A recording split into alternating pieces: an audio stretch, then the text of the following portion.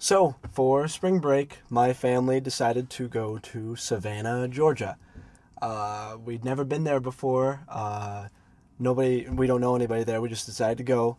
Uh, my family, uh, my family is my mom, my dad, and me.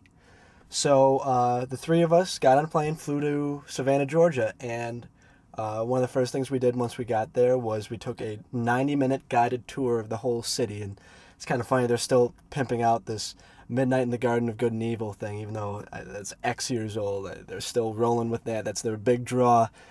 But also on this tour, we stopped at this house that was featured on Discovery Channel and other TV shows as being one of the most haunted houses in America, and I thought that was really cool. And so we decided that we would take a ghost tour as well after the 90-minute tour. Which sometime later we would take a ghost tour.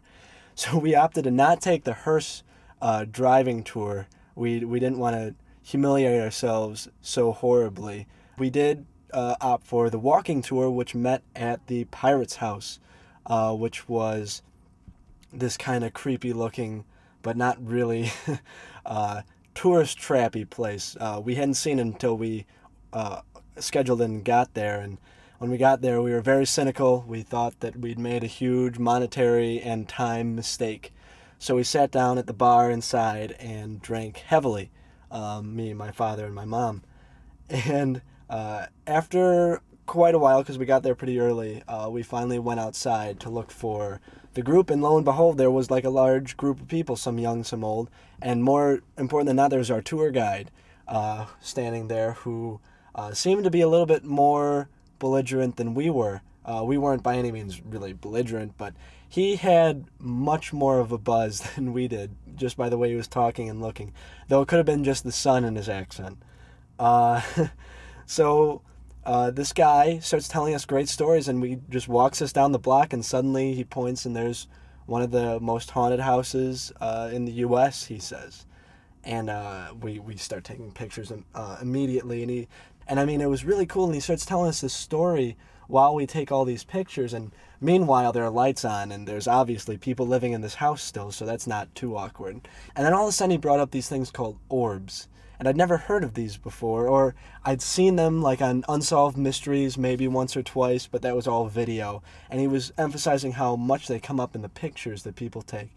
So now I'm interested. I want to hear more. And apparently there are these like balls of energy, as one of the patrons, one of the other tourists described them, that show up, and sometimes they can have faces or just designs.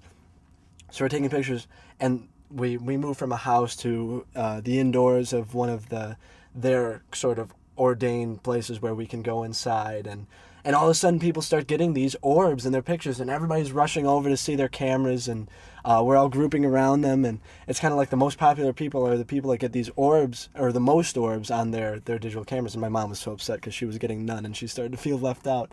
But and I wasn't getting much either. But then I get a look at these, and I'm like, wow, those are just those stupid dust flecks that you always get on like a dirty lens, or when you take pictures in the rain, it's the rain reflecting. And I wanted to believe these stories, and he kept telling stories in the meantime. And these places, there was such rich history. We were having stories from like the revolutionary times and the Civil War. I mean, this was great stuff, and I didn't care whether I believed in that. It was more, I don't know, it felt more real. It felt so much better to believe in that. And this guy just kept tearing it down with these goddamn dots on our pictures. And I realized then, looking at my digital camera, that I was deleting mediocre pictures from earlier in the day because I wanted more room for ghost pictures, because just in case, I mean, I was taking terrible ghost pictures that looked like crap, but what if I blew it up and there was a ghost in the corner? I mean, wouldn't that be great? So I got rid of all these great pictures, or all these mediocre pictures that could have been great. I mean, I didn't know. I didn't get to see them bigger than on the back of my camera. So, why? Why did this guy have to add this layer of, reality to it that I just didn't need? I just wanted a ghost story. I just wanted to be told ghost stories in the most haunted city in the U.S. and not have to deal with this new age crap. and everybody was eating it up, and it just ruined it for me. I just want, oh,